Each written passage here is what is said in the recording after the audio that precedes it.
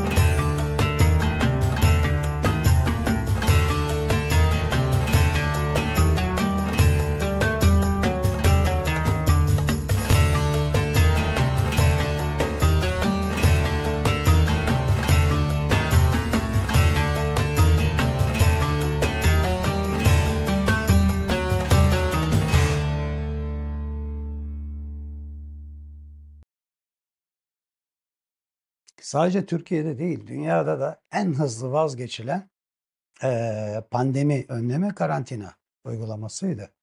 Çünkü yani bunun için okumuş yazmış olmaya gerek yok.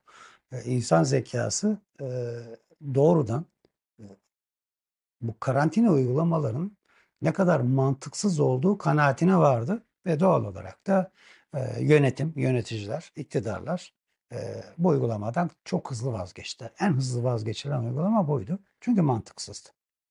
Yani o günleri hatırlayın, işte sokağa çıkma yasağı, virüs sadece şu espriler yapılırdı. Ya bu virüs sadece şu saatler içerisinde mi dolaşıyor sokaklarda da? İşte belli bir yaşın içeride tutulup gençlerin belli saatler dışarı salması. Türkiye'deki uygulamalardan bahsediyorum. Belki dünyadaki en komik karantina uygulamaları ülkemizde uygulandı. Ve bir şekilde yöneticilere herhalde dediler ki ya yapmayın artık, komik duruma düşüyorsunuz. İşin ciddiyeti kaçıyor. Bizim bundan sonraki adımlarımıza halkın inancı kaybolursa bundan sonraki adımlarımızı atamayız dediler, tahmin ediyorum. Gelelim maske meselesine. Şimdi maskeyi en çok önerenlere bakıyorum, klinisyenler. Yani bir çocuk doktoru var, bir tane kardiyolog var. Hayatları boyunca, meslek hayatları boyunca, tıp fakültesi dahil, maske takmamış, maskenin nasıl takılacağını bile bilmeyen hekimler, bu konuyla ilgili en ufak literatür bilgileri yok. Yani söz konusu olan cerrahi maske. Yani o dönemde toplumda tamamen kahir ekseriyatla kullanılan maske. Yani bu maskenin virüse karşı bir koruyuculuğu yok ki. Yani bu şuna benzetildi. Ben de benzettim. Yani eve kara sinek girmesin diye bahçene çit örüyorsun. Çünkü fiziksel olarak hacmen o maskelerin bir virüsü tutma kapasiteleri yok. Ha, bunun yanında onu yoksa eğer, yani koruyuculuğu yoksa, bu yayınları da var bunun. Yani maske dünün icadı değil. Yani neredeyse 50 yıldır cerrahide kullanılan, benim de cerrah olarak çok sık kullandığım, ne faydası olur ne zararı olur ezbere bildiğim bir şey. Tıbbi enstrüman. Ve kullanıldıktan sonra tıbbi atıktır. Yani maske 3-4 saatten itibaren tıbbi atık haline gelir. Ve öyle sokaklara, çöp tenekelerine falan bırakılmaması gerekir. Günümüzde de o kırmızı plastik torbaları görmüşsünüz. Tıbbi atık. İşte o maskeler o tıbbi atık torbalarına konulur ki farklı enfeksiyonlar, bakteriyel daha doğrusu yani virüs kökenli, bakteriyel kökenli enfeksiyonlar yaygınlaşması şeklinde. Bir de maske rezaleti çıktı. Maskenin pek çok dezavantajı oldu. Çünkü bizim hastanelerde kullandığımız cerrahi maskeler gerçekten yüksek teknoloji ürünüdür. Onun e, ham maddesi özeldir. İşte antialerjik özelliklerinin olması lazım. Elyaf mikrofiber dediğimiz küçük mikroskobik partiküller haline de yani toz atmaması lazım vesaire vesaire. Ne yaptılar? Toplumun ağzına petrokimyasal köpüklerden üretilmiş maskeleri taktılar. Şu anda o dönem yoğun maske kullanan çoluk, çocuk, yetişkin kim varsa akciğerleri itrah edilemeyen hücre içerisine çekilmiş bu petrokimyasal türevlerin artık plastik diyeyim mikroskobik partikülleriyle dolu. Ha bu hemen 3 sene 5 sene içerisinde kendini göstermeyecek ama e, doğası gereği akciğerlerin doğası gereği mesela sigara içen insanlarda akciğerlerde yıpranma hemen içtiği gün veya içtiği yıl ortaya çıkmıyor bildiğiniz gibi. Yani 10'lu yıllar 15'li yıllardan sonra bu etki gözüküyor ve yavaş yavaş da gözükmeye başladı. Bu o dönem hiçbir işe yaramayan bahsettiğim ham maddelerden üretilmiş olanların ekstra zararlı da dahil olmak üzere. Bunun acısını biz önümüzdeki 10-15 sene sonra görmeye başlayacağız. Özellikle çocuklarda kronik bronşit, amfizen, astım yani kronik akciğer hastalıkları işte koah gibi bunların ne kadar yaygınlaştığını o zaman göreceğiz. O zaman suçu kime atacağız? Günah keçisi ne olacak bilmiyoruz. Şu anda günah keçisi var. Yani bu koahtır vesaire. Hava kirliliği işte ne sigara. Şu anda bir günah keçimiz var. Yani o kadar pestisit, havadaki, atmosferdeki plastik, denizdeki, sudaki mikroplastikler değil. Bir günah keçisi belirlendi o. Ama gelecekte günah keçisi ne olacak? Ben şimdiden söyleyeyim. Keçi aramaya gerek yok. 2019-2023 yılı arasında yaygın olarak kullanılan yüz maskeleri, cerrahi maskeler, o denetimsiz üretilen, ne yürüyor belirsiz ham maddelerden üretilen maskelerin acısını bir sonraki nesil çekecek. Karantinadan bahset. Sosyal mesafe en komiği budur bakın. En komik önlem sosyal mesafe önlem. Sosyal mesafe 1940'lı yıllarda iki tane bilim insanının tüberküloz basili üzerine yaptığı bir çalışma. Verem.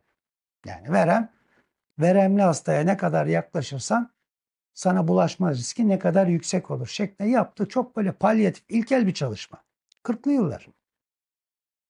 Ve onlar 6 fit diye bir mesafe bulmuşlar. Diyorlar ki hani öksüren, hapşıran bir veremlinin 6 fit uzağındaysanız size tüberküloz basilinin yani verem mikrobunun bulaşma ihtimali çok zayıftır. Daha yakındaysanız yüksektir şeklinde bir çalışma. 6 fit kuralı. Yani tam 188 santim 83 milimetre. 189 santim diyelim 6 fit. Yanlış olabilir. Hesaplamayı yapalım. 189 santim. Sosyal mesafe dedikleri bu. Tüberküloz basili. Şimdi hacmen ve büyüklük olarak doğa yani fizik kuralları gereği bir kamyonla kıyaslarsak tüberküloz basili çok iri bir mikroorganizma. SARS-CoV-2 dediğimiz koronavirüsü onun yanında sinek kadar. Yani ikisinin bir fizik itme gücüyle yayılma hızın aynı olması fizik kurallarına aykırı. 6 fitle bile oynadılar. Şimdi hele Türkiye'de ya bizde fit yok ki. Biz metrik sistem. Yani şimdi 189 santim. Pazarlık yapıldı adeta. Yani bilimle pazarlık yapıldı. Ya şimdi biz bunu 189 santim işte masaları nasıl ayarlayacağız? İnsanlar 189 santim 6 fiti bilmez ki bizim milletimiz. Metreye çevirmek lazım. 2 metre yapalım. Ya çok olur 2 metre. Alttaki verküler 1,5 metreye indiler. Yani bilimle dalga geçtiler. Bir mizah. Anlatabiliyor muyum? Kendi kafalarına göre sosyal mesafeyi 1,5 metreye düşürdüler. Halbuki sosyal mesafe açıklandıktan yaklaşık bir yıl sonra Amerika Birleşik Devletleri'nde bir aerodinami profesörü, adı da aklımdaydı ama bir kadın profesör ve ekibi SARS-CoV-2 virüsünü modelize ederek bir çalışma yaptılar. Sıfır rakımda, oda sıcaklığında, sıfır atmosfer akımında, hava akımında, sıfır, bunların hepsi sıfır. SARS-CoV-2 29 fit'e ulaşıyor. 29 fit. 6 fit, 29 fit. Ama bu hiç gündeme gelmiyor. Madem bir sosyal mesafe uygulayacaksın kardeşim, 29 fit uygula. Uygulayamazsın. Yani şeye uygun değil. Yani bu komedi burada başladı. Yani karantina komedisiyle başladı. Maske rezaletiyle devam etti. Sosyal mesafe gerçekten mizahtır. Yani bilimsel temeli olmayan bir mizah.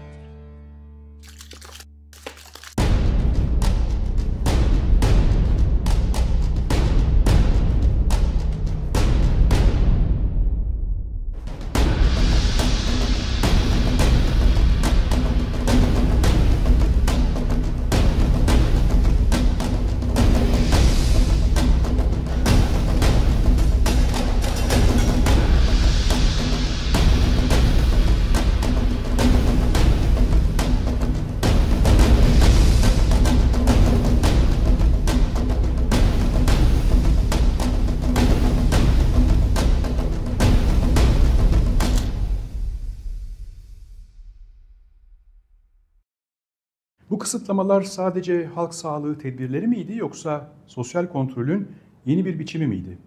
Karantinaların ve sokağa çıkma yasaklarının bireysel özgürlüklerimize getirdiği kısıtlamalar bilimsel verilerle ne kadar destekleniyordu?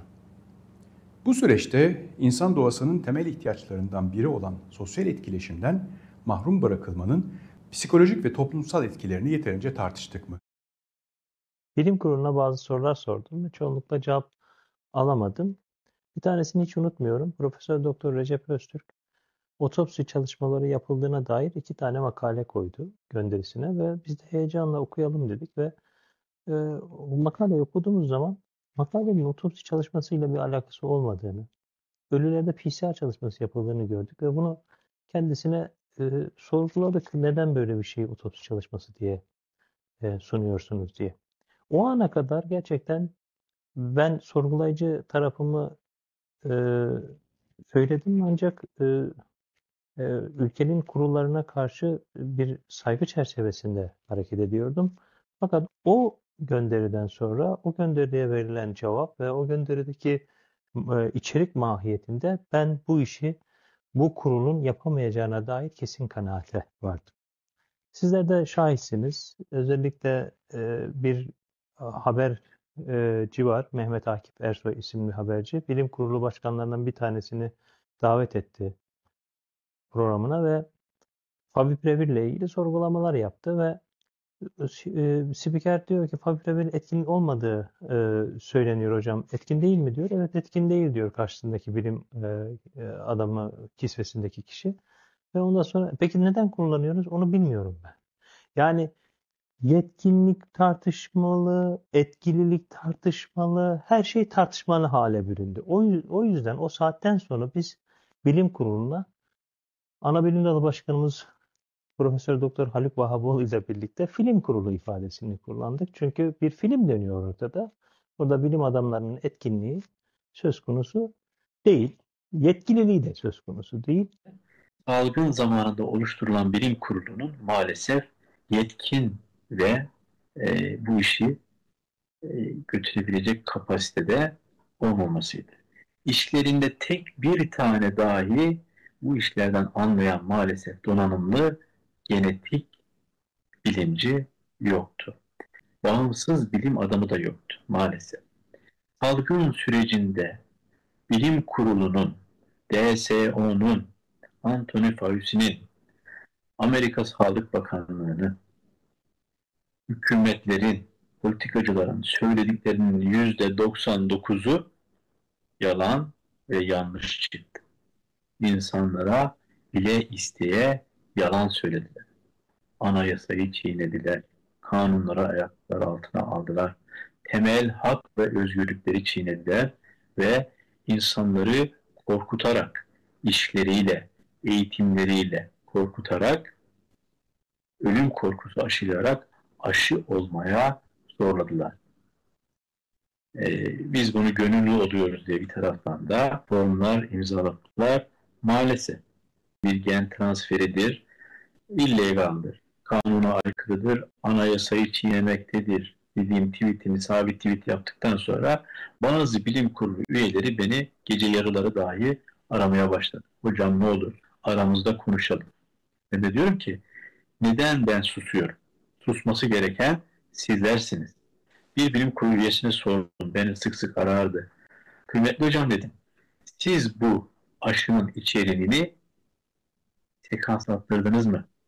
Bundaki genetik yazılımların ve genetik kodların neler olduğunu biliyor musunuz? Bu aşının içinde neler olduğunu biliyor musunuz? Ya bilmiyorum, Sağlık Bakanı'na yapmıştır. Sizden dedim bu cevabı kabul etmiyorum. Lütfen bunu sorun ve ondan sonra tekrar konuşalım. Maalesef kendisi bakın bilim kurulu üyesi, aşının içerisinde ne olduğunu bilmiyor. Ben Sağlık Bakanlığı'na bir danışayım, ondan sonra tekrar görüşelim hocam. Bilim kurulu üyesi için büyük bir utanç. Halkın karşısına çıkıyorsunuz hepiniz, onlarca kişi her gün ve halka aşı olmayı tavsiye ediyorsunuz. Ama aşının tavsiye ettiğiniz sıvının içerisinde ne olduğunu bilmiyorsunuz. Bu benim için gerçekten büyük bir hayal kırıklığıydı. Ve susması gereken bize susmamız tenkil ediliyordu. Ancak içinde ne olduğunu bilmedikleri sıvıyı 7/24 bombardımanla halka empoze eden, hiçbir şeyden anlamayan sanatçıların, siyasetçilerin konuşması söyleniyor. Onlara konuşmaları salık verilirken bu işin erbabı ömrünü bu işlerde harcamış bilim insanları, doktorlarının susması isteniyordu ki bu işin en garip taraflarından birisi de buydu. Maalesef halkımızın da dikkatini çekmedi. Bu süreç bize bunun daha yüksek perdelerden geldiğine dair işaretler verdi ve gözlerimizi tabii ki dünyada işte bir bilişimcinin, bir bilgisayar mühendisinin insanlarla ve biyolojik varlıklarla nasıl oynayabildiğine dair söylemleri bizi şaşırtmaya başladı. İşte bir taraftan sivrisineklerin üretilmesi, işte bir taraftan dünyanın her yerinde aşılamaların yapılması, bir taraftan maskelerin özellikle topluma bir korku nesnesi gibi dayatılması, maskenin normalleştirilmesi, milenyumun artık giysisi budur, insanlar artık bunları kullanmalıdır diyen bilim kurulu üyeleri, hepsinin aynı davulu farklı perdelerden çaldığını görünce biz karşımızda bir küresel güç ve bir küresel güce karşı meydan okuma içerisinde olduğumuz hissiyatını derinlemesine yaşadık. Ve konuyla ilgili araştırmalarımızda bizi bu yönde çok ciddi manada tatmin etti. Sizler gibi medikal dışı özellikle alanlardan çoklu ve karşılaştırmalı okumalar yapan insanları da sosyal gönderilerimizde takip etmeye başladık ve gözümüz daha da açıldı. Ve bütün dünyada zaten bu perde yavaş yavaş kalkmaya başladı. İnşallah bugünlerde de tamamen kalkmak üzere diye düşünüyorum. Bir daha yapamamaları için, bir daha insanlarla bu kadar oynayamamaları ve ulus devletleri bu kadar oyuncak hale getirememeleri için de uyanışın timsali olsun diye yazılar yazıyoruz, konuşmalar yapıyoruz. Bu belgeli yapımda bunların şahikası olur dileğiyle katılıyoruz. İnşallah öyle olacaktır diye düşünüyorum. İşin ayrıntısı o kadar çok ki ben dün baktım 37.000 tweet atmışım sağlıkla ilgili. Herhalde bunun yarısı mutlaka korona sürecine haizdir. Ve tabii gündemimizi en çok meşgul eden şey de mRNA aşıları oldu. Burada işte tabii aşıdan daha önce de virüsün yapay olup olmadığı söz konusuydu. Bu ikisini birleştiren bir şey vardı. Yani virüs yapay kavramından daha ziyade üzerinde oynanmış bir virüs kavramını kullanmak daha e, doğru olacaktır. Genle oynanabiliyor mu? Genle oynanabiliyor. İnsan geniyle de oynanabiliyor. Yani 2010 yılında yayınlanan bir Nature makalesinde Afrika'da orak hücreli anemili çocukların orak hücre anemisine neden olan genetik mutasyonlarının değiştirilmesi ve tedavi mahiyetinde bu kişilere bu gen tedavilerinin yapılması ile ilgili yazılar ortaya koydum ve dedim ki ya bu gen yani insan geniyle oynanabilen bir durumda virüsün çok küçük structure yapısal bir geniyle oynamak o kadar zor olmasa gerek zaten. Bunun bütün araçları var ve bununla ilgili bırakınız hani oynamayı falan filan Amerikan devletiyle işte bazı laboratuvarlar arasında acaba işte yapsak mı yapmasak mı bu ulusal sözleşmelere aykırı mıdır değil midir bir sürü tartışma dönmüş. Biz işin neredeyse 15-20 yıl gerisindeyiz. Yani biz burada bunun yapay virüs olabileceğini dahi kimselere anlatamadık. Hani kimselere anlatamadım dedim. Yani karşımda Hacettepe Üniversitesi Çocuk Enfeksiyon Hastalıkları Anabilim Dalı Başkanı var. Ve bir televizyon programındayız. 2021 yılındayız. Ve ben kendisine diyorum ki bakın çok rahatlıkla diyorsunuz. İşte bunun babası pangolin, annesi yarasa. Bu ifadelerinizin yerine bu gündemi takip etseydiniz bunun bir gen teknolojisiyle dönüştürülmüş daha fazla bulaşıcı ve virülan hale getirilmiş bir virüs olabileceğini de düşünebilirdiniz. Ama tabii karşımda öyle bir figürle konuşuyorum ki daha sonra da anladık. Sanki Türkiye'deki tek viroloji ve enfeksiyon hastalıklarındaki otoriter kişi o. Ve bütün kanallar sabah akşam yani bir üniversite öğretim üyesi düşünün. Sabahleyin TV'de, öğlenleyin TV'de, akşamleyin TV'de yani biz bir taraftan hasta bakıyoruz, bir taraftan bunlarla mücadele etmeye çalışıyoruz ve ilginç bir propagandanın esiri olduk, müessiri olduk. Tabii onları anlatamıyoruz. Halka tabii geçmiyor bu. Yani diyoruz ki bu bir saldırı. Bu bir biyolojik saldırı. Hatta ben ilk başta bu dedim bu milli savunma meselesidir yani. Milli Sağlık Bakanlığı'ndan daha ziyade milli savunma meselesidir ve bu işin propagandasını yapan insanların mutlaka Milli İstihbarat Teşkilatı tarafından değerlendirilmesi gerektiğini düşünüyorum dedim. Yani daha 2020'lerde söyledim bunu. Hepsi de zaten kayıtlı benim X hesabımda. Daha sonrasında anlaşılıyor ki mRNA aşılarıyla ilgili süreç propaganda başladığı zaman aynı propaganda yani bir taraftan virüsün doğal olduğunu iddia edenlerin bir taraftan da aynı kişilerin mRNA aşılarının çok sağlıklı ve asla yan etkisi olmayan güvenli şeyler olduğunu söylemeye başladıklarını görüyoruz. Ve ilginç bir şey bir hastalıkla mücadele ederken bu hastalık mücadelesi sırasındasınız tedaviye odaklanmanız gerekir normalde. Tedaviden daha ziyade koruma süreci odaklı bir konuşma oluyor. Tedaviler hep örtülüyor, yanlış bir ilaç getiriliyor ve aşı sabah akşam aşı konuşuyoruz. Aşı olanlar salgından etkileniyorlar.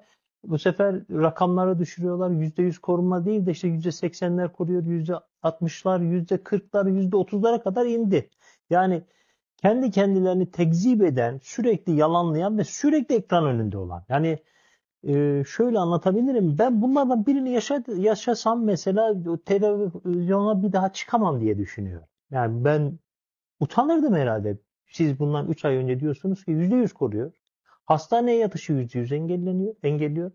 Yoğun bakıma yatışı %100 engelliyor diyorsunuz. Sonra çıkıyorsunuz 3 ay sonra hiç yüzünüz kızarmadan diyorsunuz ki %80'e indik, %60'a indik, %40'a. Bu akıl alır gibi bir şey değil. Bu bir kurşun askerliktir. Bunun akademisyenlikle, bunun bilimle falan alakası söz konusu değildir. Sonra anlıyoruz ki bu yapay virüsün genetik edisyonunda kullanılan gen sekmesi aşıyı üreten firmanın patentini aldığı bir gen sekmesi. Şimdi bunu da gördüğünüz zaman artık iliklerinize kadar korkuyorsunuz. Bunlar neler yapıyor? Ve diyorsunuz ki ya bu artık tamam ciddi bir saldırı yani. Biz bu saldırıdan mutlaka ve mutlaka bilimin ışığında çıkmamız lazım. Fakat sizin karşınızdaki insanlar size bu sefer şey diyor. Siz düz dünyacısınız, bilim dışısınız, şöylesiniz, böylesiniz. O zamanlar öğrendiğim bir teorim de bu Strawman fallası denen korkuluk adam fenomeni. Yani siz karşınızdaki bilimsel argümanlarında çürütemiyorsunuz ama onu bir alana hapsediyorsunuz ve o hapsettiğiniz alanda da ad hominem yapıyorsunuz. Her türlü kötü damgayı yapıştırıyorsunuz ve söylediklerini tamamen manipüle edip küçümsemek adına bir sistematiğe sokuyorsunuz. Bizi yaptıkları şey de aşı karşıtı, düz dünyacı, bilim dışılıkla biz bunu yaşadık ve inanır mısınız? Bazen böyle çevremdeki asistanlarım falan da acaba hoca yani bugüne kadar bilimsel şeyler söylerdi falan ne oldu hoca delirdi mi çıldırdı mı gibisinden durumlara düştüğümde oldu. Ama asistanlarım bana inandılar. Haluk Hoca ile birlikte bize inandılar ve biz o salgının en canhıraş mücadelesini verdiğimiz dönemde hastalara baktığımız dönemde, hasta odalarına girdiğimiz dönemde ben kendi adıma söylüyorum maske kullanmadım, aşı yaptırmadım. Hastaların hepsini çok erken taburcu ettim. Hastalara söylenen tedavileri kullanmadım ve bir protest tavır sergileyerek her türlü hukuki sorumluluğu da göz önüne alarak mücadelemi verdim. Ve bu mücadeleden de şöyle hissettim yani sonuçta bunlarla ilgili söylediklerim kanıtlanınca herhalde dedim ödüllendiriliriz. Hatta Twitter'da da dile getirdim ya herhalde bir madalya falan verirler bize. Yani madalya yerine başka şeyler aldık.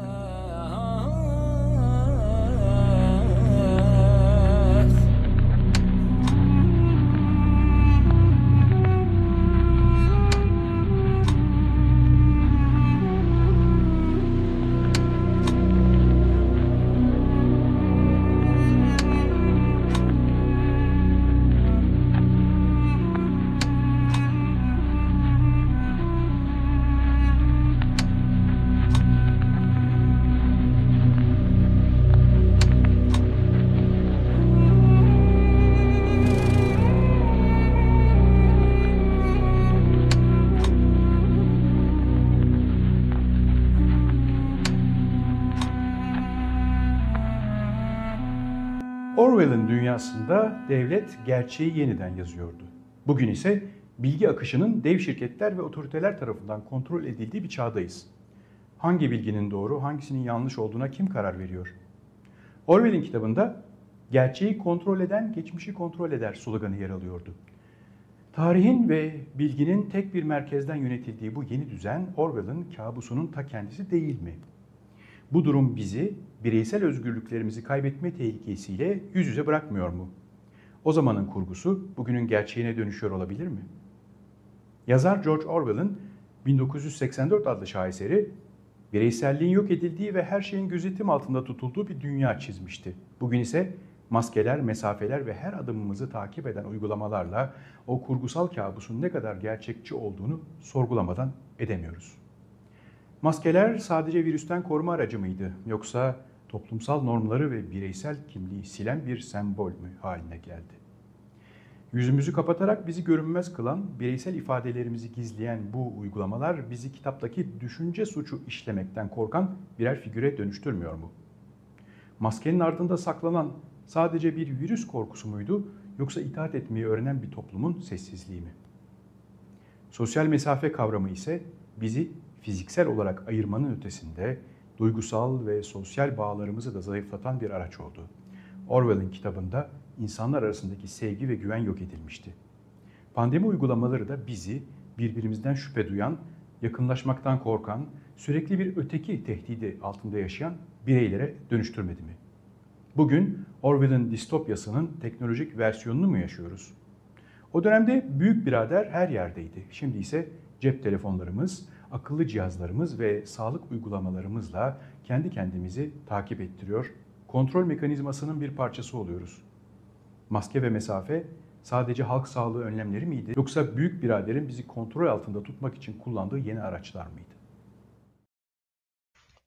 Hafızayı beşer nisyan ile maluldur diye eski güzel bir sözümüz. Yani insan hafızası unutkandır. Doğrudur ama bazı şeyleri asla unutmamak gerekir. Tıpkı pandemi dönemi olduğu gibi. Bu dönem bana göre tıbbın ve bilimin karanlık bir çağıdır. Bütün bilimsel ve tıbbi gerçekler görmezden gelindi. Bunlar manipüle edildi. Tıp ve bilim tepetaklak oldu. Bunları asla unutmamamız, hafızamızda mutlaka bunların kalması gerekiyor. Hatırlayacağınız gibi halka gerçekleri anlatmak isteyen bilim adamlarına itibar suikastları yapıldı. Bunlar şarlatan ilan edildi. Medyadan uzaklaştırıldılar. Nerede belli bir merkezin görüşlerini dile getiren var, hepsi yazılı basında, ekranlarda saatlerce konuştular, yazdılar. Bir beyin yıkama operasyonu yürütüldü. Gene ilk haftaları, ilk ayları hatırlayacak olursanız, Çin'den gelen görüntülerde insanlar oldukları yerde pat diye giderken düşüp ölüyorlardı. Tüm bunlar insanlarda bir korku yaratmak ve onları bir zapturapt altına almak için yapılan senaryolardı. İşte bunları çok iyi bilmemiz gerekiyor. Gene salgının başlarında dendi ki belirti göstermeyen insanlarda virüsü yayabilirler. Yani asemptomatik diyoruz biz buna tıpta. Belirti göstermeyen insanlarda bu virüsü yayabilirler. Oysa böyle bir şey pratik olarak mümkün değildi. Gene mesela çocukların süper bulaştırıcı olabilecekleri şeklinde etrafa yalanlar salındı. Gene çok iyi hatırlayacağınız gibi virüsün bulaşma yolu insanların kafasını karıştıracak şekilde dünyaya duyuruldu. Paketler, eve gelen paketler, koliler sabunlu sularla, dezenfektanlarla temizlendi. Ayakkabılar kapının dışında çıkarıldı. Dışarıdan eve gelen insanlar hemen duş altına girdiler. Bunların hepsi insanları korkutmak, onları verilen emirleri yerine getiren zombiler haline getirmek için yapılan uygulamalardı. Ölüm oranları çok yüksek olarak bildirildi ilk başlarda. Tamamen hastanede yatan insanlara göre belirlenen ölüm oranları bütün toplumda olan insanların ölüm oranı imiş gibi yansıtıldı ve çıkan rakamlar tabii ki son derece korkutucuydu. Bir de PCR diye bilinen bir teşhis yöntemi vardı, biliyorsunuz. Bu metotta döngü sayısı artırıldıkça belli bir sayının üzerine çıktığı zaman her yerde pozitif bir sonuç elde etmek mümkün oluyordu. Gene bu dönemde yapılan karantina ve kapanmalar da son derece yanlıştı ve hiçbir bilimsel dayanağı yoktu. Biliyorsunuz, yaşlılar evlere hapsedildi.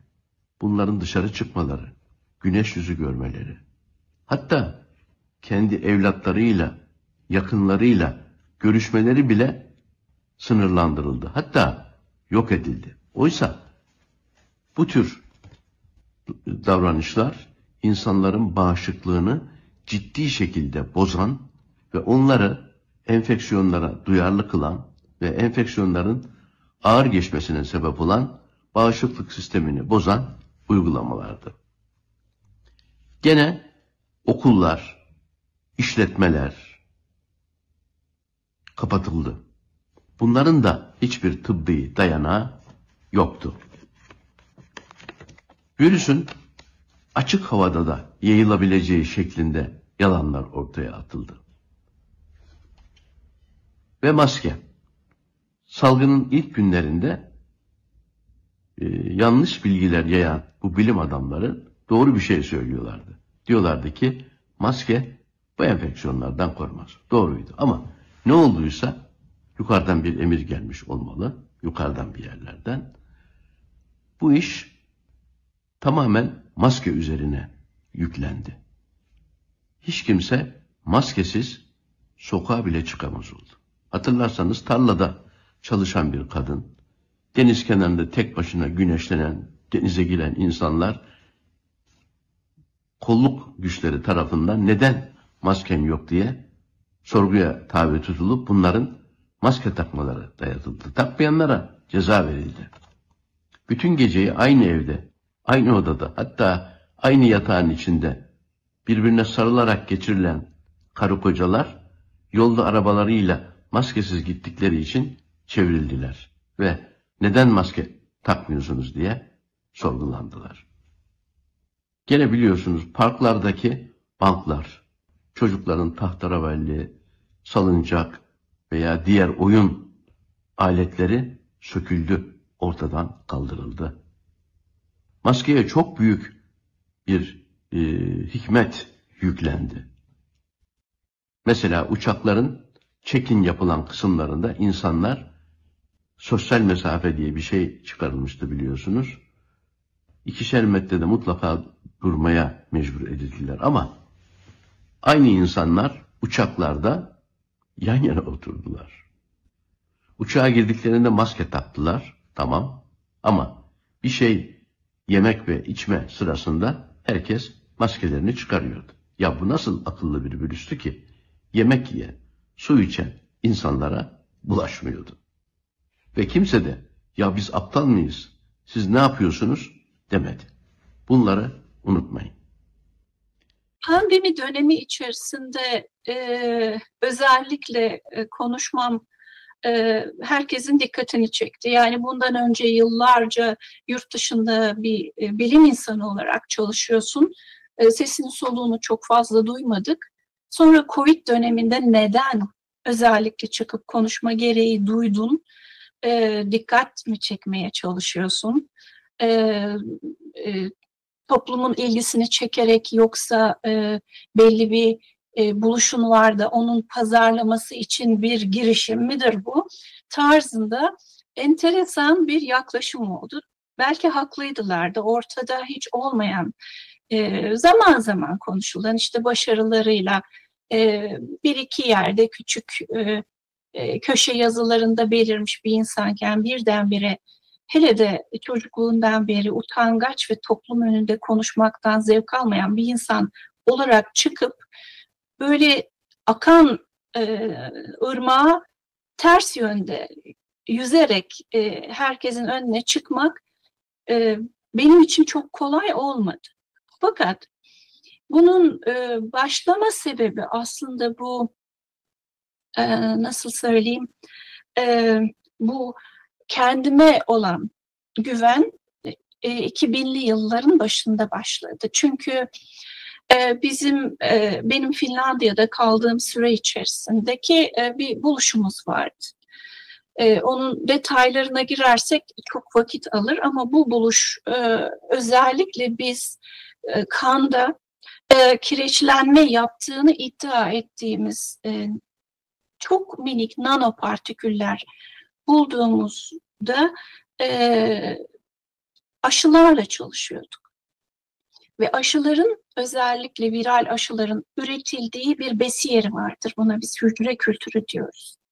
Ve hücre kültüründeki hücreler ölüyorlardı. Sebepsiz. Hücreleri topluyoruz, uzmanlara gönderiyoruz. Bakıyorlar hiçbir şey yok, steril. Ya steril de bu hücrelerin niye bir kısmı ölüyor, bir kısmı ölmüyor?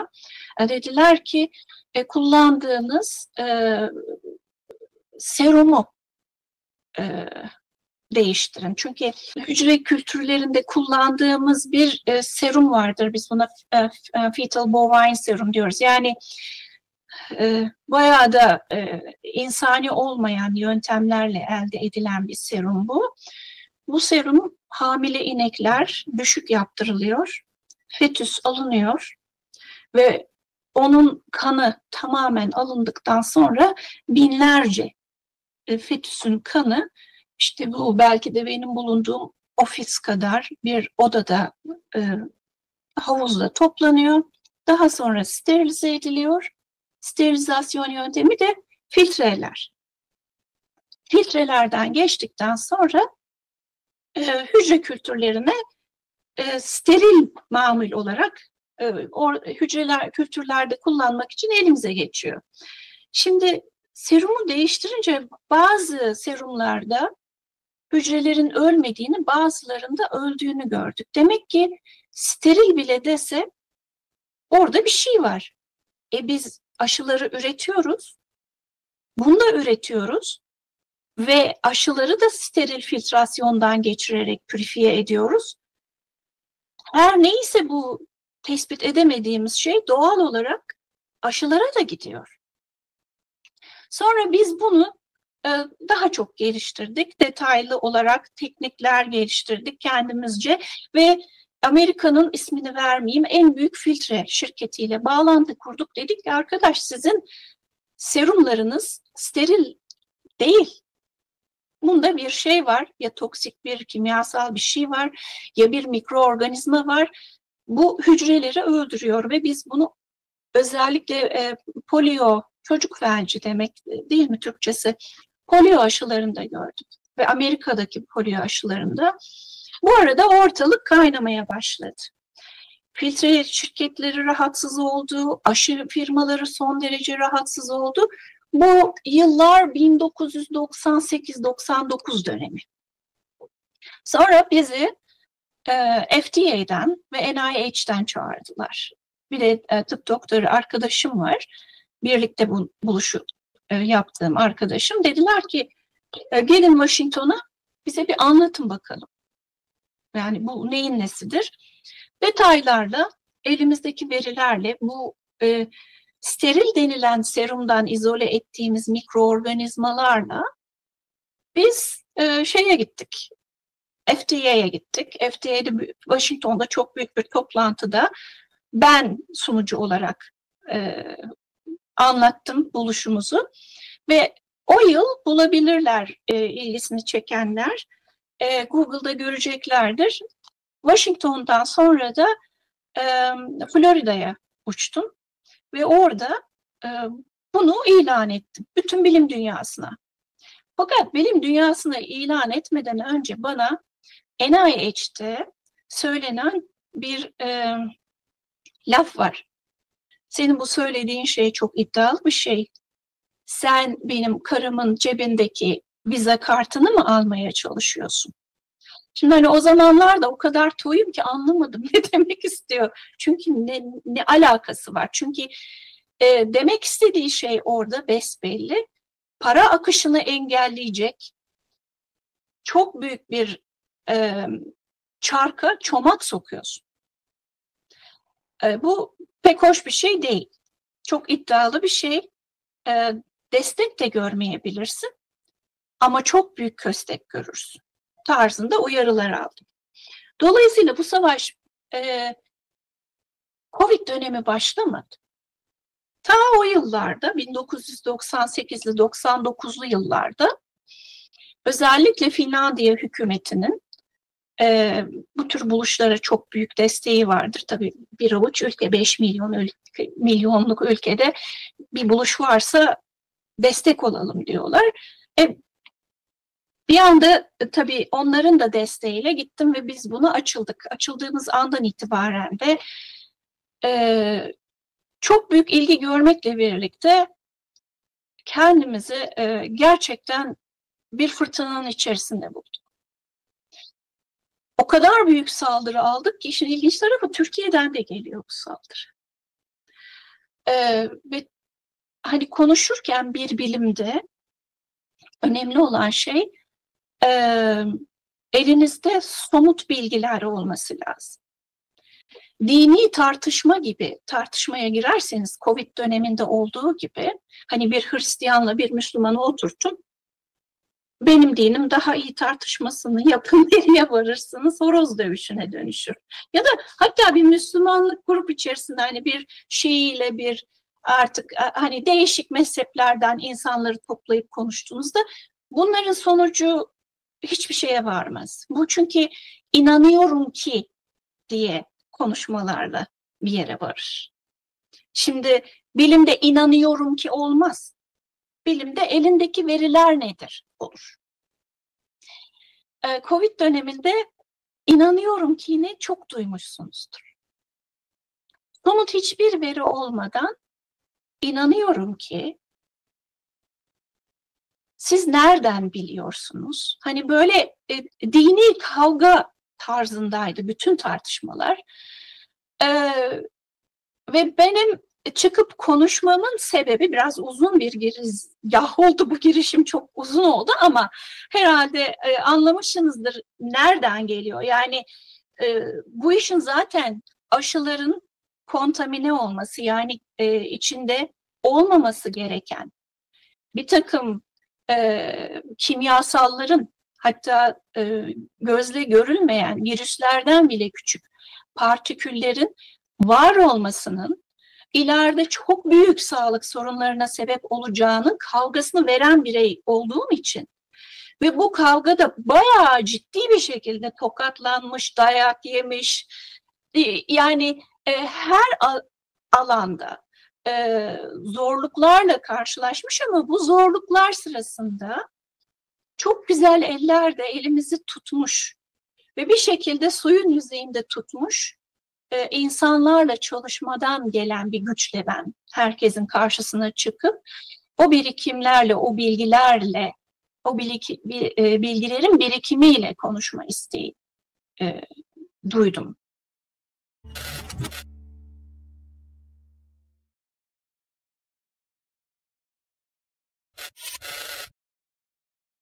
Covid hastalarına 2 yıl yanlış ilaçlar verildi.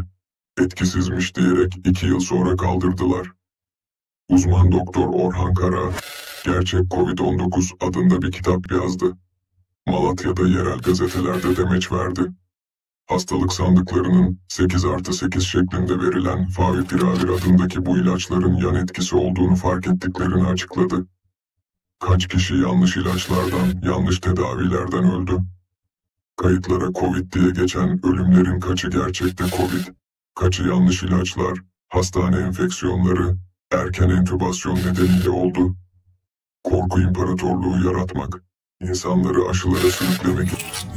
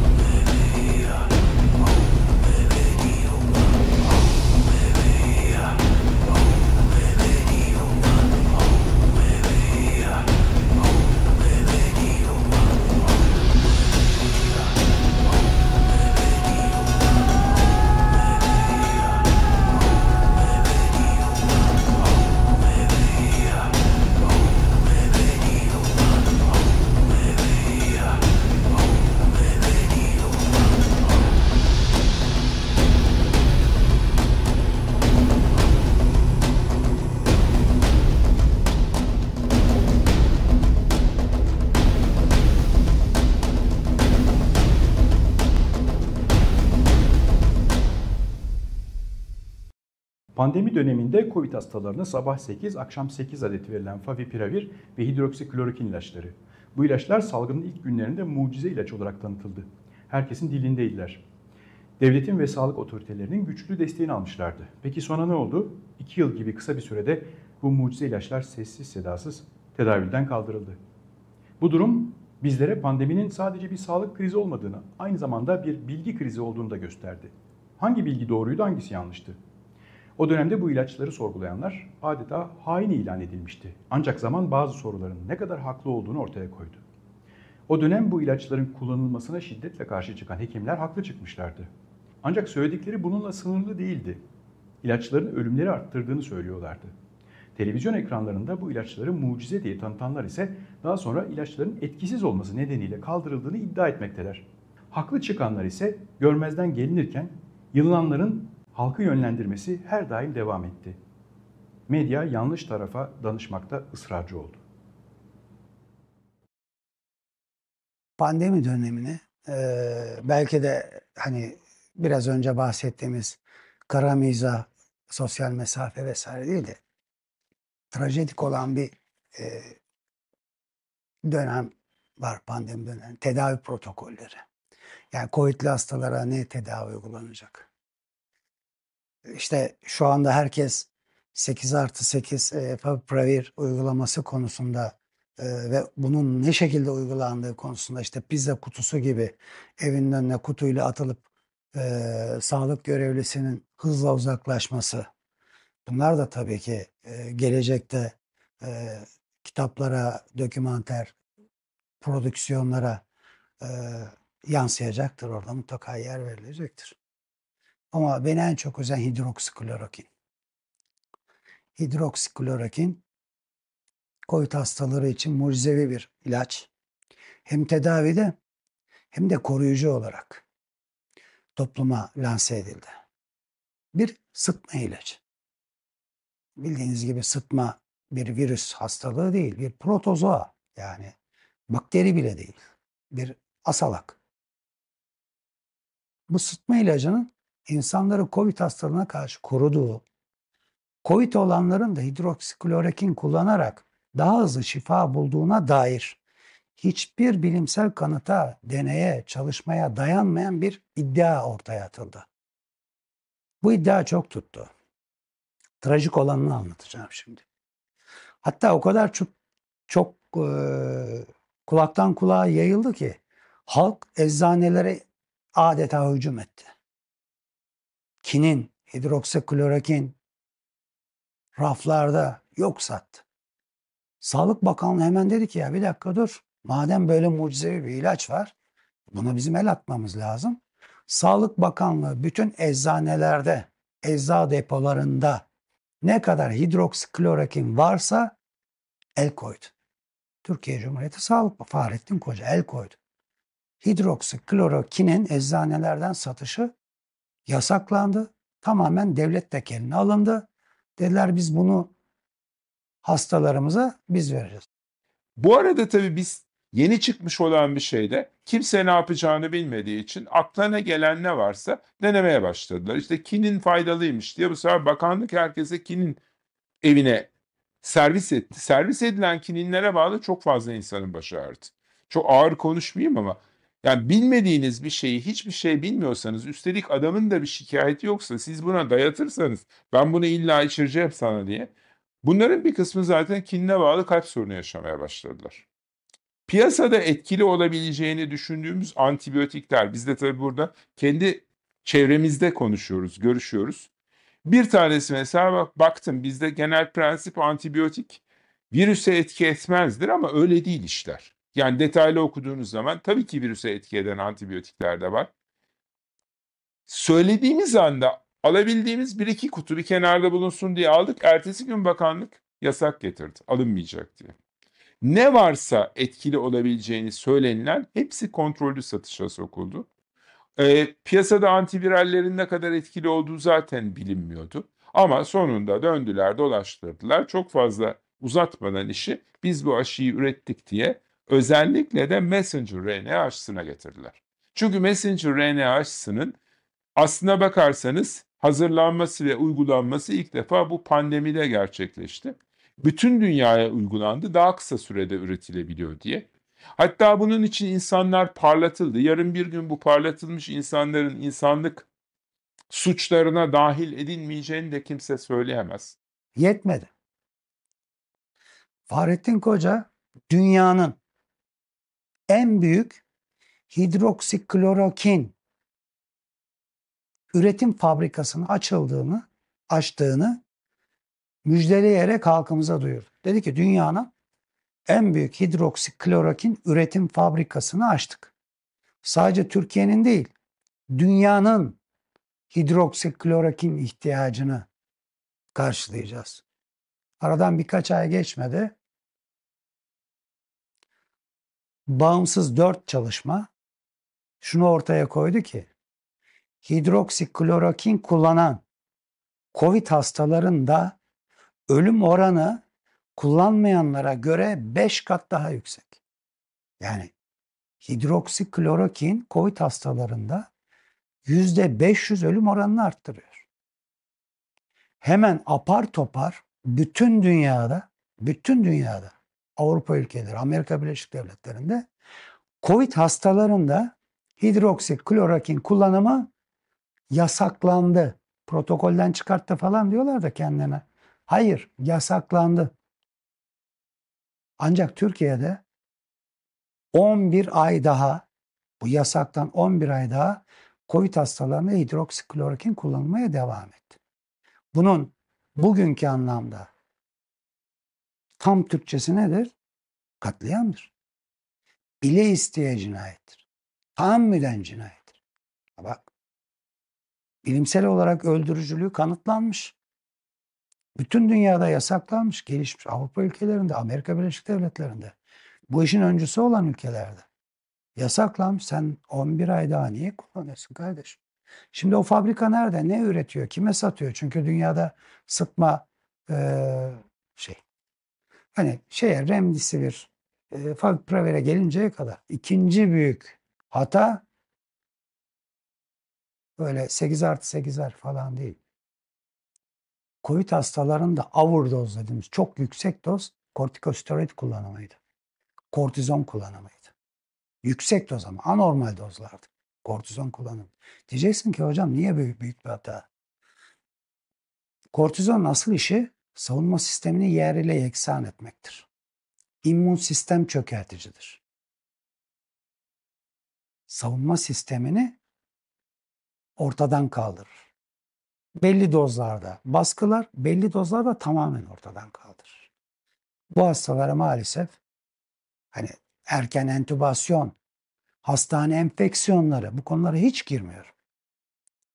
Bugün bir otopsi geleneği olsaydı Türkiye'de veya bırakın otopsiyi retrospektif hasta dosyası inceleme gibi bir araştırma gündeme gelseydi akademiler tarafından o gün Fahrettin Koca'nın her gün televizyona çıkıp bir otobüs dolusu bir uçak dolusu hasta ölüyor dediği hastaların COVID'den değil büyük bir çoğunluğunun hastane enfeksiyonları nedeniyle hayatlarını kaybettikleri. Diğer kısmının da yanlış tedavi protokolleri ve yetersiz bakım ve ihtimam nedeniyle malpraktis diyeceğimiz sağlık profesyonelleri, hekim hataları nedeniyle hayatlarını kaybettikleri gün gibi ortaya çıkardı. Ve günümüzde hala bu aynı sebeplerden bir uçak dolusu insanımız ortada Covid yokken yoğun bakımlarda aynı sebeplerle hayatını kaybediyor. Ama Sağlık Bakanlığı yeni doğan çetesi güncel bir problem. Geriye dönüp ya ne oluyor arkadaş demiyor. Sıkıntı da buradan kaynaklanıyor.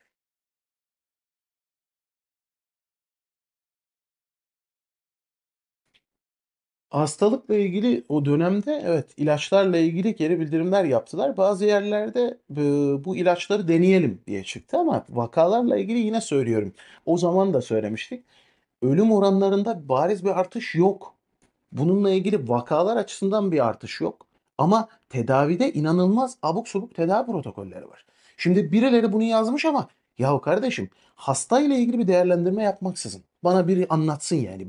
Çünkü benim kafam basmadı zaten o zamandan beri ki 3 tane Covid servisi takip ettim. Hatta doktor arkadaşlarım bazıları hasta olduğu bırakıp gittiği için bir yerlere rica ettikleri için tekrardan gittim. Sırf gönüllü olarak baktım. Bazılarının evine gittim.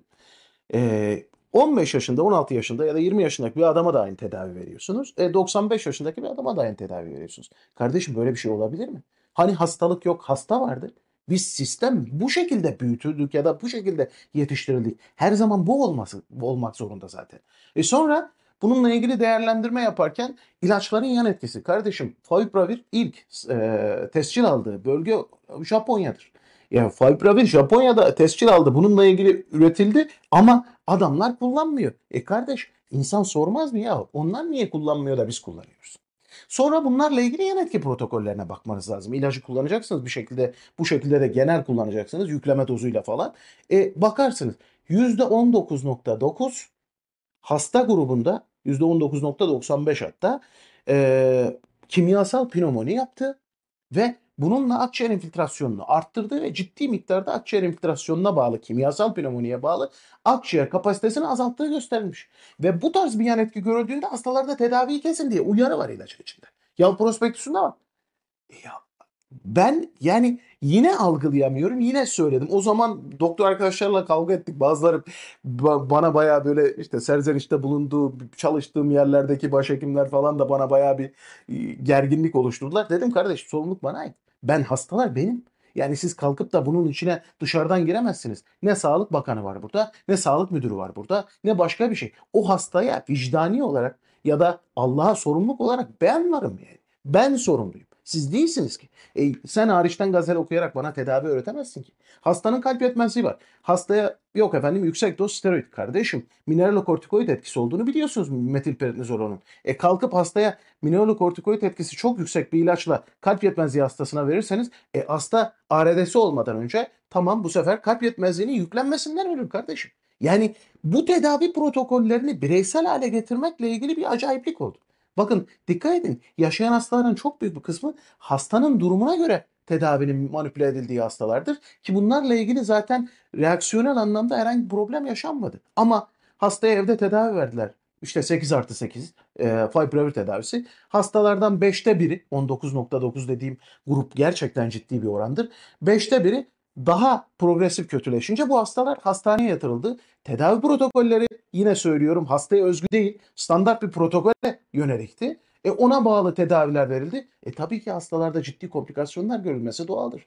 Mesela bakteriyel pnömoni ile ilgili endikasyon ayarlaması ya da değerlendirmesi yapılmadı. Ya bakteriyel pnömonisi olan bir adama immünsüpresif tedavi verirseniz hastanın bakteriyel pnömonisi agrave olur. Yani şiddetlenir. O zaman hastayı kendi elinizde daha kötüleştirirsiniz.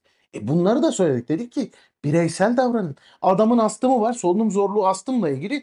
Siz akciğer filminde bir şey yok. Covid testi pozitif çıktı. Kardeşim herkes biliyor ki 35 döngü ve üstünde %2.7. Hatta 40 döngü, 45 döngüde hiç pozitiflik yok. Şimdi bu değerlendirmeyi yaptığınızda sizin 45 döngü yapıyordunuz. PCR testinin nasıl çalıştığını biliyoruz. Bilmeyen arkadaşlar bilmiyor olabilir ama kusura bakmayın ben biliyorum. O döngü sayısını arttırırsanız her şeyi pozitif bulursunuz ki. O yüzden bu değerlendirmelerde çok ciddi problemler yapıldı. Yine söylüyorum doktor olarak yapmamız gereken şey o yüzden bu yapay zekalar şunlar bunlar tıbbi işlemlerde henüz doktor yerine kullanılamıyor. Çünkü genel geçer kurallar yoktur. Tıbbi cenahta hastalık yoktur hasta vardır şu yüzden denir. 2 kere 2 çok nadir 4 eder. 1 milyon ettiğini bile görmüşüzdür. Çünkü hastadaki tablo hastaya özgüdür.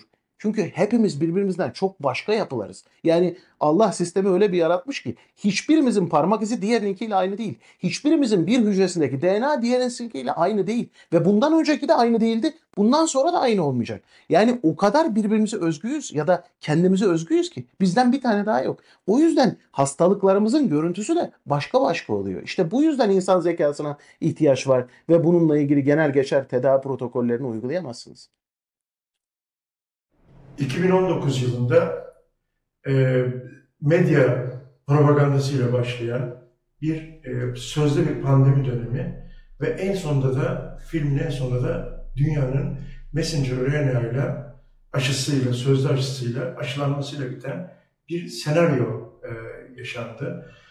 Bu senaryo baştan sona planlıydı ve öyle planlıydı ki medya kademe kademe insanların beynini yıkadı, doktorların da beynini yıkadı. Ve en sonunda insanlar bana aşı yapın diye sıraya girer hale geldiler. Ve bu senaryonun medya hayalinin başlangıcıyla aşılanma arasında da çok sayıda ticari hareketler yapıldı. Örneğin PCR testinin çok çabuk hızlı bir test olduğunu iddia ettiler ki bütün doktorlar PCR testinin birincisi çok iyi bir tanı aracı olmadığını, ikincisi de çok çabuk bir sonuç veren bir tanı testi olmadığını bilmesine rağmen Dünya Sağlık Örgütü PCR testiyle sözde korona hastalığının tanısı konabileceğini karar verdi ve bizim Sağlık Bakanlığı karar verdi. Tablo Odası da bütün medya üzerinden PCR testi propagandası yapıldı ve Türkiye Cumhuriyeti günde 500 bin tane korona testi yapmasına rağmen Tabip Odası çıktı hala dedi ki yeterince test yapılamıyor. Bunların hepsi servet para. Bu testlerin hepsi muazzam bir para el değiştirdi. Yani bu senaryo oynanırken bir soykırım maksadı vardı. İki, bu soykırım yaparken de bir para, muazzam bir para el değiştirdi. Arkasından bir aşı algısı yaratıldı. Aşı bulunması lazım, acil durum vesaire gibi. Arkasından da sözde ilaçlar devreye girdi ve sözde ilaçlarla soykırım çok daha ciddi boyutlara vardı. Doktorların eliyle önce insanlara erken entübasyon yapalım fikri yerleştirildi.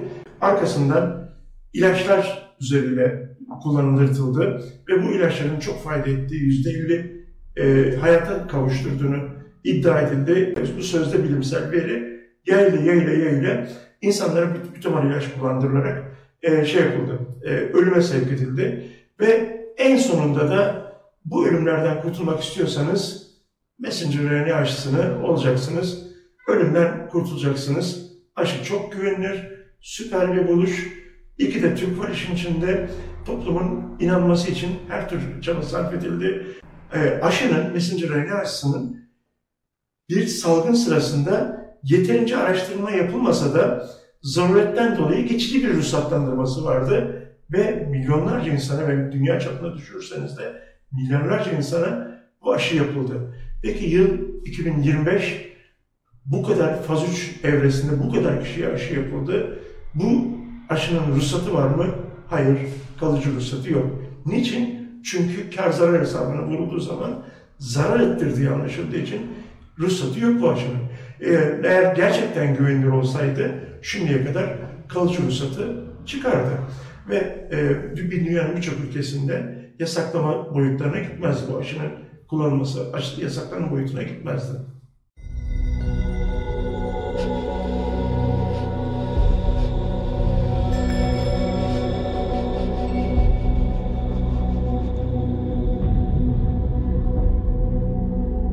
Herkesin yargılanması mümkün.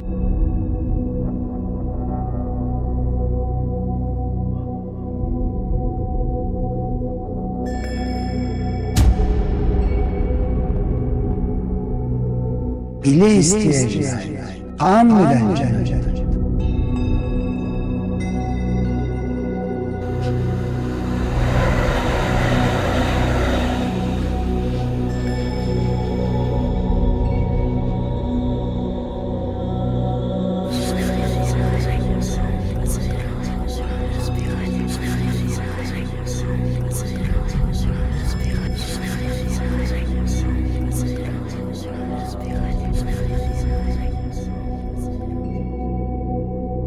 Soykırım maksadı vardı. İnsanlık suçlarına dahil edilmeyeceğini de kimse söyleyemez.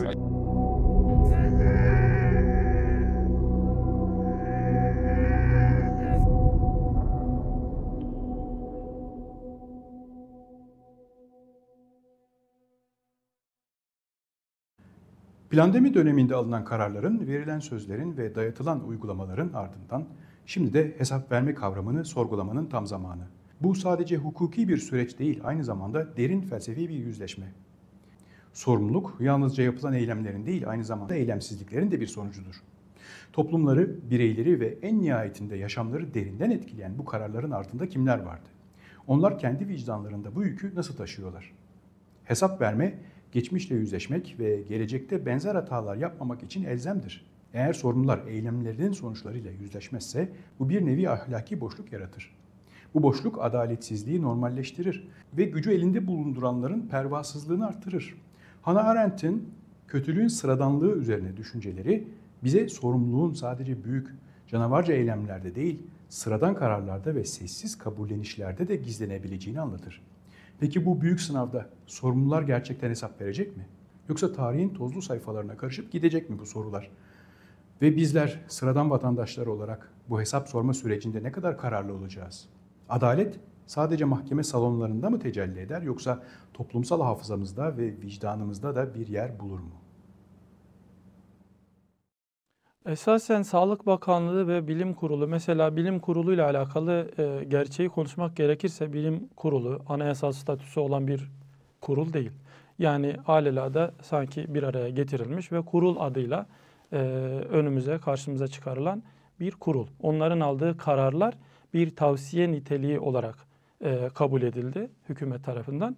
Türkiye'de bu şekilde genelgeler hazırlandı. Yani Sağlık Bakanlığı'nın, İçişleri Bakanlığı'nın ve diğer bakanların almış olduğu kararlarla ilgili yayınlamış olduğu genelgeler aslında Bilim Kurulu'nun toplantılarında alınan tavsiye kararlardan sonra ve onlara uygun olarak verildi.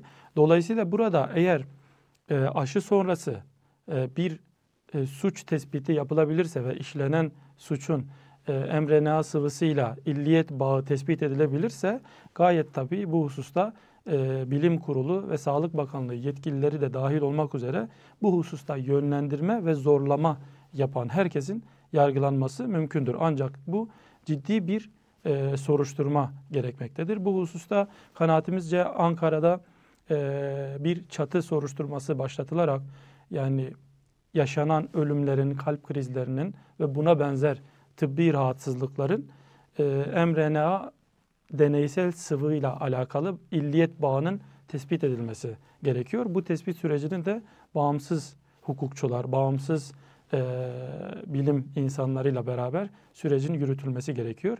Bu sürecin sonunda eğer bir illiyet bağı tespit edilirse hukuken gayet tabii Bilim Kurulu da dahil olmak üzere herkesin yargılanması mümkündür. Belgeselimizin ikinci bölümünde pandemi döneminin somut uygulamalarına odaklandık ve ardındaki bilim dışı veya tartışmalı kararları masaya yatırdık. Hatırlayın, maske ve mesafe gibi uygulamalarla nasıl bir yaşam biçimine adapte olduğumuzu sorguladık. Daha da çarpıcısı, salgının ilk günlerinde mucize ilaç olarak lanse edilen favipiravir ve hidroksiklorokinin kaderiydi. Bu ilaçlar bilimsel süreçlerin ne kadar hızlı değişebileceğini mi gösterdi yoksa bize sunulan gerçeklerin aslında ne kadar kırılgan olabileceğini mi? Bu ilaçları kullananların sağlığı üzerindeki potansiyel etkileri yeterince araştırıldı mı? Bu bölümde ele aldığımız her konu bize modern dünyada bilimsel bilginin, otoritenin ve medyanın rolünü sorgulatıyor. Bir kriz anında bireysel özgürlüklerimizden ve temel haklarımızdan ne kadar kolay vazgeçebileceğimizi gördük. Peki siz bu deneyimler ışığında bir sonraki krizde bilim adı altında sunulan her bilgiye sorgusuz sualsiz güvenecek misiniz? Yoksa kendi özgürlüğünüzü ve düşünce yeteneğinizi daha sıkı koruyacak mısınız?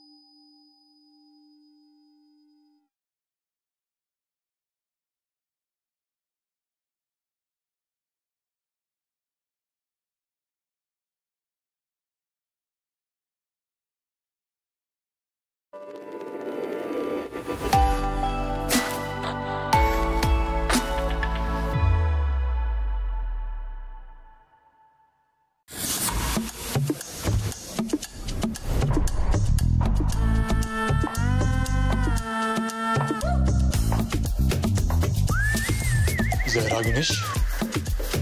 Zehra. Zehra arka alandan hızlı bir şekilde geliyor. Servis. Tüm gözler onun üzerinde. Tam köşeye doğru. Ve evet, Zehra'dan müthiş bir hamle daha. Karşılama geliyor.